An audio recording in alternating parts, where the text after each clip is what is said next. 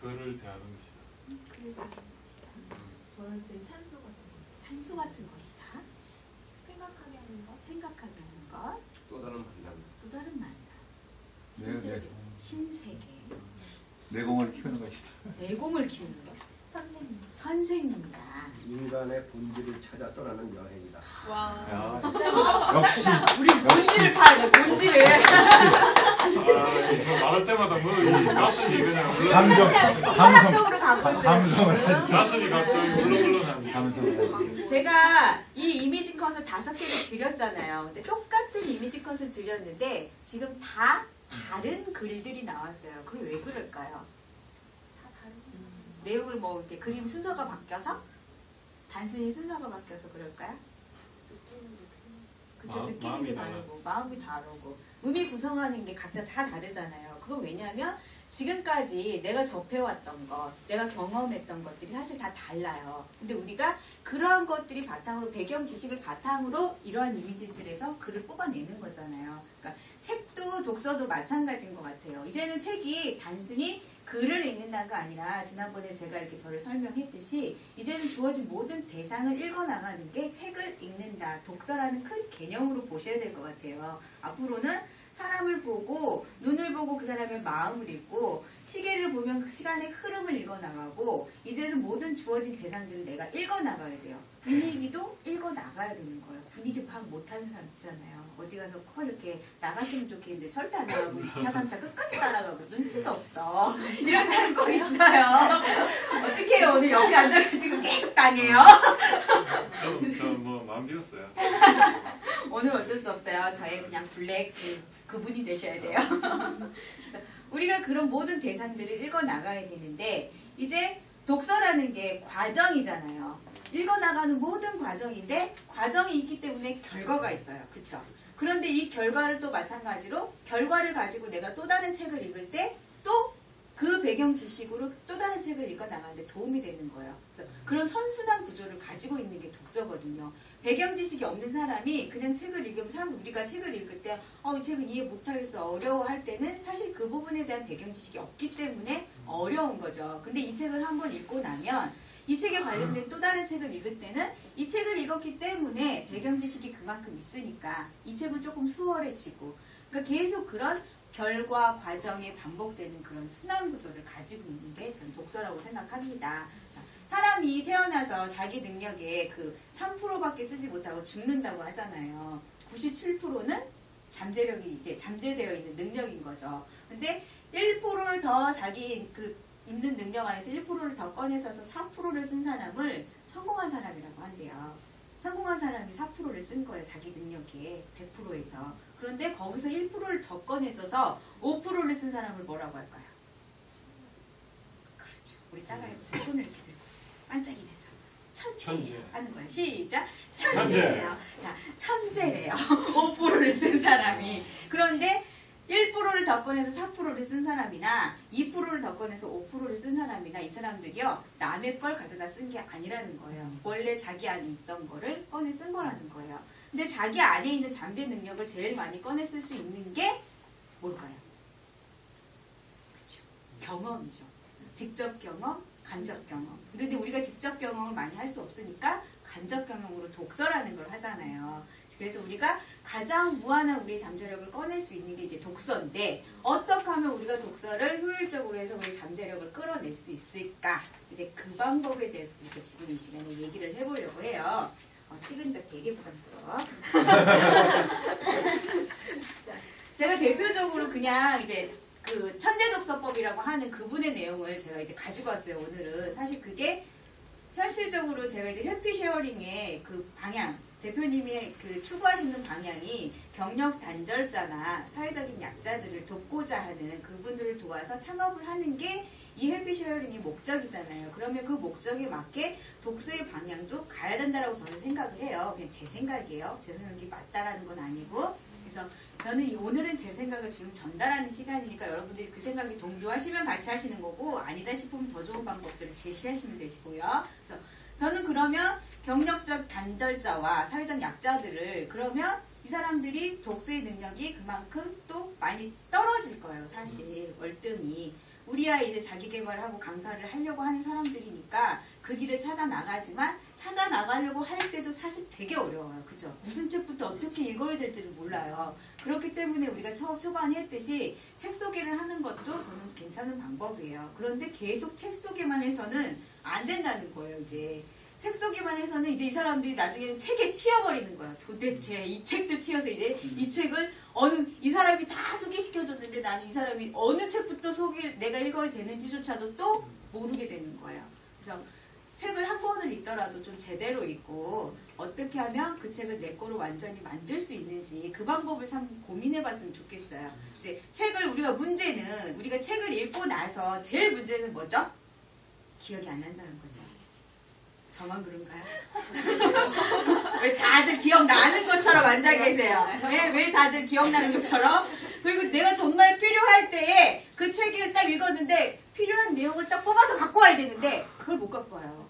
어디서 봤더라? 이거 어디서 읽었는데 전혀 기억이 안 나요. 그래서 가장 필요할 때 내가 읽은 책을 활용을 할 수 있어야 되는데 문제는 활용을 못해요. 읽은 책조차도. 그러면 내가 어떻게 하면 책을 좀 읽은 걸 기억할 수 있을까? 자, 책을 최소한 기억을 하고 내가 내 걸로 완전히 소화하려면 사실 5번은 읽어야 된대요.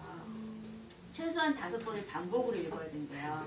근데 진짜 3번에서 5번 정도는 읽어야지 내가 그 책을 온전히 소화했다라고 말을 할 수 있대요. 그런데 우리가 똑같은 책 계속 읽으려면 사실 되게 힘들잖아요. 그래서 우리가 아이들하고 모든 사람하고 하는 게 독후 활동이에요. 독후 활동을 다양한 방법으로 하면 5번을 읽게 되거든요.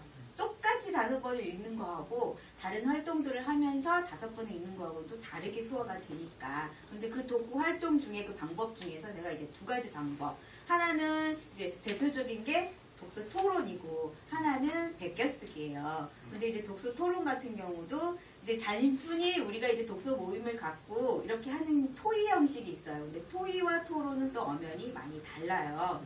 우리가 텔레비전에서 보는 100분 토론 이런 것들은 사실 그분들은 정말 많은 기본적인 배경 지식을 가지고 딱 붙는 거예요. 찬반 토론이 갈 때는. 배경 지식이 없이는 찬반 토론 자체가 안 돼요. 그런데 우리가 책을 단순히 이렇게 가져와서 각자 가져와가지고 그 책을 가지고 토의한다라고 토론한다는 거는 사실 말조차 안 되는 거죠. 우리가 지금까지 이렇게 하는 걸 보면. 그러니까 충분히 그 책을 소화하고 내 걸로 만들어서 만약에 찬반으로 가든 거기 깊이를 더해서 가든 토론 형식으로 가려면 그 책을 정말 들고 팔고 해야 되는 부분인 거예요. 근데 이제 그런 형식이 하나 있고 제가 이번에 좀 제안하는 방법은 또 하나는 사실 그 베껴쓰기라는 부분이에요. 베껴쓰기 우리가 필사라고 하잖아요. 근데 작가들이나 논문 쓰는 분들은 대부분 이 필사의 과정들을 거치세요. 그래서 이 필사의 과정들을 거치시는데 우리가 또 이렇게 무식하게 계속 쓸 수 없잖아요. 쓸 수 없으니까 그런 방법들을 조금 제가 이제 제안하는 게 저쪽 강말자 쇼라는 데서 하는데 시각장애인들을 위해서 저희가 점자도서관을 방문을 해서 이렇게 했더니 제가 이번에 생각이 난 게 필사를 하면 좋겠다 했는데 단순히 나 혼자 필사를 해서 나 혼자 간직하고 이게 아니라 그 필사한 걸 우리가 또 쉐어링이니까 나눔을 할 수 있으면 좋겠구나라는 생각이 들었어요. 점자도서관이 이제 시각장애인들이 이제 이 봉사자들이 이걸 타이핑을 해요. 그러니까 가장 문제는 저자나 출판사들이 이게 저작권이 있기 때문에 이거를 파일을 이렇게 책 내용을 이렇게 넘겨주시면 굉장히 수월하대요. 그런데 아무도 넘겨주지 않는 거예요. 저작권 때문에. 그러면 일일이 사람이 다시 이 한 권을 다시 타이핑을 해야 되는 거예요. 그 타이핑하는 봉사자들의 손길이 너무 모자라는 거예요. 일일이 이제 또 수정도 해야 되고 교본도 봐야 돼, 교정도 봐야 되고. 근데 우리가 필사라는 과정을 우리 스스로도 자기 개발하고 독서에 도움이 되면서 필사라는 작업을 거치면서 한 권이 다 하기 힘들면 우리가 챕터라도 좀 나눠서 이렇게 해서 필사하는 과정을 좀 거친 다음에 그거를 또 점자도서관에 기증하는 식으로 하면 우리도 좋고 시각 그쪽에도 도움이 되는 부분도 좀 좋다라는 저만의 생각입니다. 그래서 그런 부분으로도 한번 해보면 어떨까 싶어서 그래서 토론으로 효과를 본 사람들은 굉장히 많아요. 뭐 이제 유명한 사람은 뭐 존 스튜어트 밀이라든가 그 사람 그 존 스튜어트 밀식 철학 독서 고전 독서법이 있어요. 그걸로 굉장히 박근혜 씨도 그렇고 저기 힐러리 대통령도 그렇고 그 사람의 독서법으로 계속 독서를 하고 학습을 해서 그 사람이 굉장히 많이 도움을 받았거든요. 그래서 존 스튜어트 밀식 독서 철학 독서 고전 독서법 하면은 굉장히 사실 유명해요. 근데 그걸 따라하기 굉장히 힘들죠. 근데 그 사람은 자기 아버지가 철학자였어요. 철학자였고 10살 때부터 자기 아버지하고 고전을 읽기 시작하면서 아침마다 토론을 습관화한 사람이에요.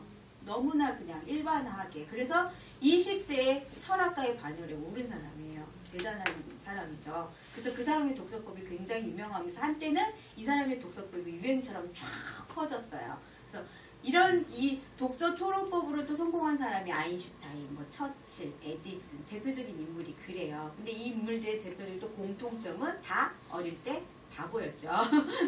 학교에서도 포기한 바보였어요. 이 바보들이 성공할 수 있었던 거는 끊임없는 토론이었다는 거예요. 철학 고전을 읽으면서 끊임없이 토론하는 거.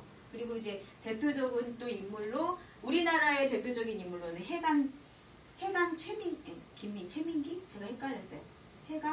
해강 무슨 또 그분이 계세요. 그분도 이 독서 토론법으로 굉장히. 근데 그분은 두 사람하고 이렇게 토론하고 세 사람하고 토론이 한 게 아니라 스스로 상상 토론을 하셨어요. 작가하고 내가 읽었을 때는 이런데 당신은 왜 이렇게 생각하셨습니까? 상상 토론을 하는 거예요. 우리가 토론이라고 하면 꼭 어떤 대상이 있고 다른 두 사람이 있고 세 사람이 있다라고 생각을 하는데 그게 아니라 나 혼자서도 얼마든지 토론을 할 수 있어요. 작가랑 끊임없이 대화를 하는 거죠. 끊임없이 얘한테 질문을 하는 거예요. 나는 이렇게 생각했는데 작가는 왜 이렇게 썼을까? 그럼 작가의 대답을 자기가 또 해야겠죠? 질문이 정확하면 답이 정확하게 나와 있게 돼 있어요. 질문 훈련법도 하고 왜 질문의 7가지 힘이라는 책도 있잖아요. 내가 질문을 어떻게 하느냐에 따라 답이 달라지는 거. 답이 안 나올 때는 질문을 잘못한 거라고 그러잖아요. 그래서 우리가 그런 혼자 있을 때 책을 읽을 때는 그런 상상 토론도 한번 해보시고 우리가 그런 베껴쓰기도 한번 해보고 그래서 제가 오늘 보여드릴 거는 베껴쓰기 대표주자 이 백복 김득신이라는 분을 보여드릴 거예요. 이분이 굉장히 정말 한마디로 말하면 어릴 때 정말 멍청하셨어요.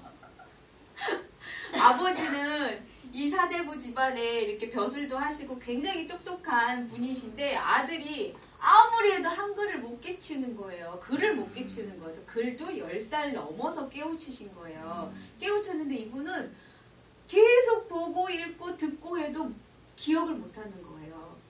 정말 기억을 못해요. 이 영상에 다 나와 있어요. 얼마나 기억을 못하는지. 이걸 잠깐 보시면 보이세요? 뒤까지? 네. 소리 더 키워드릴까요? 소리가 이게 최대인데. 아 그래요?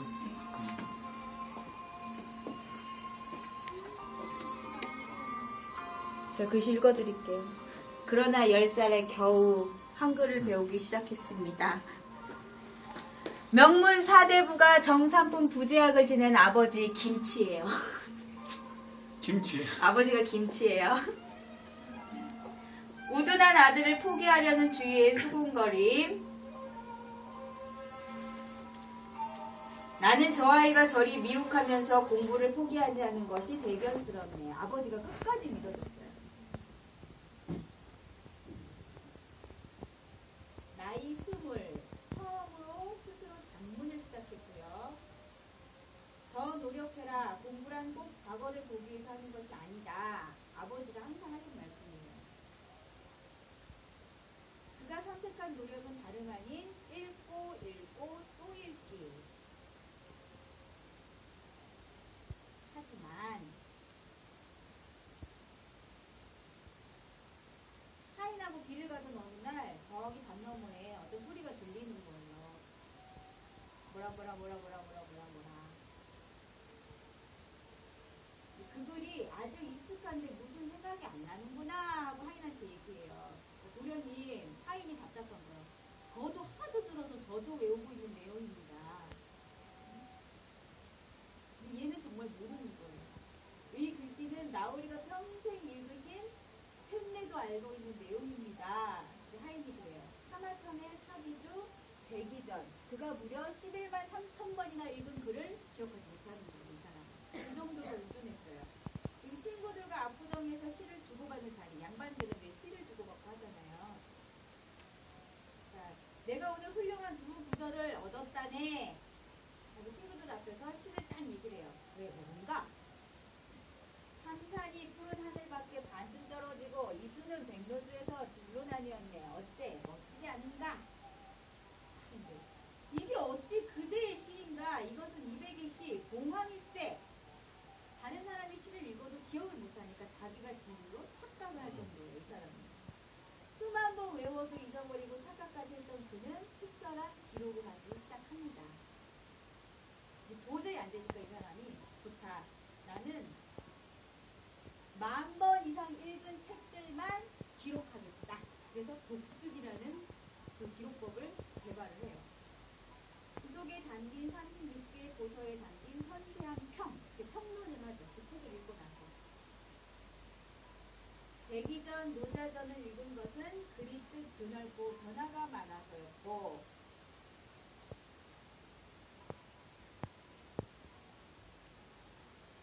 의금장, 주용서를 읽은 것은 이치가 분명하기 때문이고,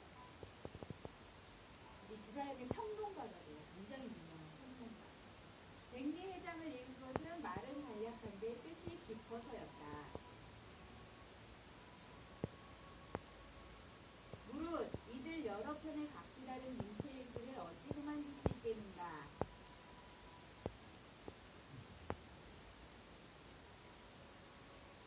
(59세에) 문과를 급제합니다. 대단하죠. 포기하지 않고 한밤의 나이에 고묵은 산 구름 속에 잠기고 가을산엔 소낙비가 들이친다.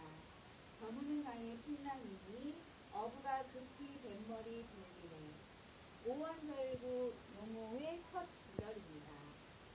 용호는 당시 속에 넣어도 부끄럽지 않다. 조선 17대 왕 효정이 극찬을 했습니다. 이 사람의 시에 대해서.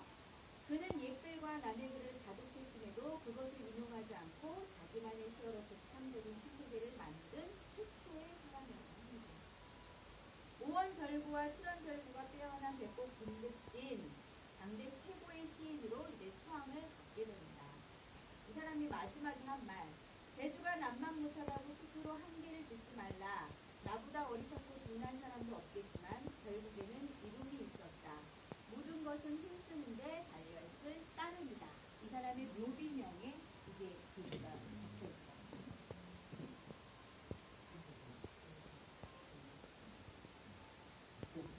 백곡 김득신. 이게 하면 영상 동영상 다 있어요.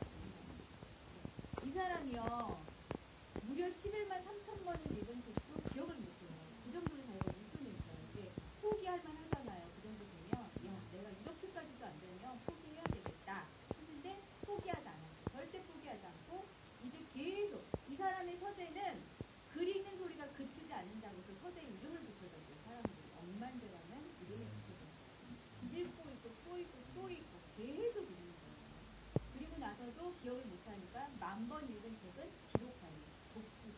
그거를 시작한 거예요. 베껴 쓰기에서 성공한 사례예요. 베껴 쓰기에서 성공한 사례. 책을 그렇죠. 책에서 자기한테 가장 기억에 감명 깊은 내용을 기록을 하고 그거에 대한 평을 쓰고 그거에 대한 또 이제 얽혀 있는 내용에 대해서 또 이렇게 써보고 그런 식으로 책을 읽어나가신 거예요. 그래서 무려 59세에 문과에 급제를 하시고 아무의 글도 인용하지 않는 자기만의 독창적인 시세계를 만들어가요. 대단하신 분이죠. 우리도 굉장히 짧은 시간에 뭔가를 이루려고 해요. 제가 오늘은 제가 그림책도 그림책이잖아요. 그림책을 들고 왔어요. 피트니아 공부를 시작하다 얘 피트니아는요 이제 농장에 사는 거위예요. 농장에 사는 거위인데 얘는 굉장히 똥꼬집이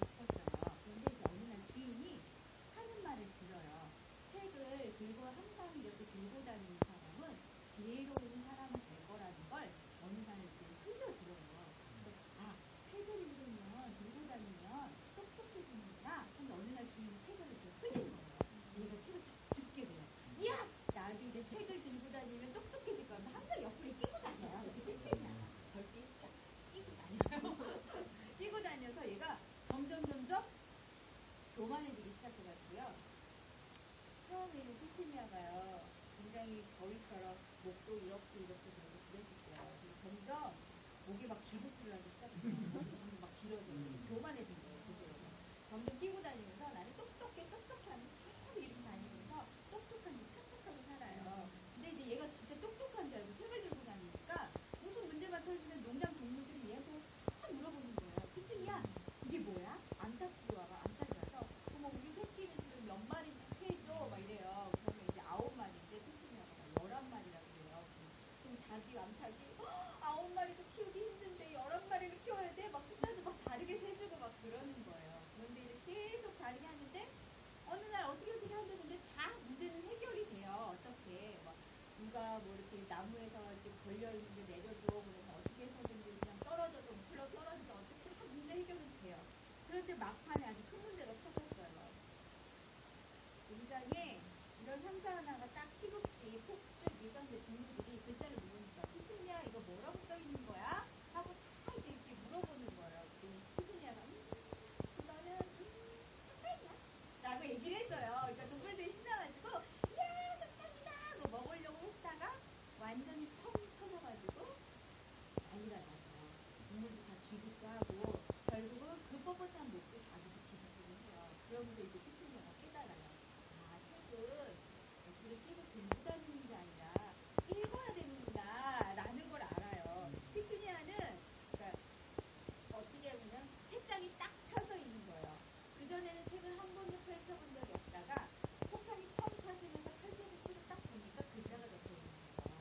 그걸 읽어야 된다는 걸 깨닫게 돼요. 제가 이 책을 소개시켜드리는 거는 우리가 지금의 독서법이 피치니아하고 똑같지 않느냐 한번 생각해보자는 거예요. 우리가 책을 읽는다고 하지만 들고 다니는 것과 똑같지 않느냐. 우리가 꼭 김득순처럼 하지 못해도 적어도 그분과 조금 흉내내고 우리가 저렇게 대단한 분도 11만 번, 10만 번을 만 번을 읽었는데 우리가 책을 3번, 4번은 읽어야 되지 않을까. 그래야 완전히 내 거로 소화가 되지 않을까 싶어요. 그래서 제가 또 하나 이 책을 가져온 거는 잔인한 차일까 반밖에 없을까라는 책이에요. 이책 소식을 보고 어떤 생각 드세요?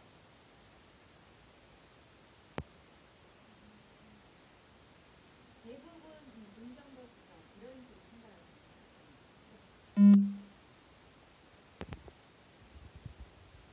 그 사람을 거꾸로 나가는 그 사람이 꼭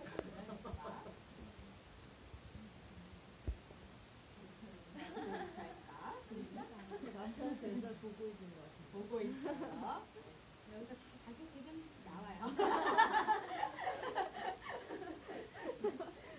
제가 이 책을 보여드리는 건 안의 내용을 보여드리고는 사실 싶은데 중요한 제가 여기서 전해드리고 싶은 메시지는요. 반이나 있을까 반밖에 없을까 라고 말하기 전에 이미 반이 있다라는 거예요. 그러니까 우리가 사실 우리보다 좀 어떤 앞서는 분도 계시고 또 서두르는 분도 계시고 하는데 우리가 새로운 일을 시작할 때 나는 저 사람보다 내가 늦었어. 이걸 어떻게 하지? 지금 이렇게 내가 지금 이 나이에 베껴 쓰기부터 시작해가지고 10,000번을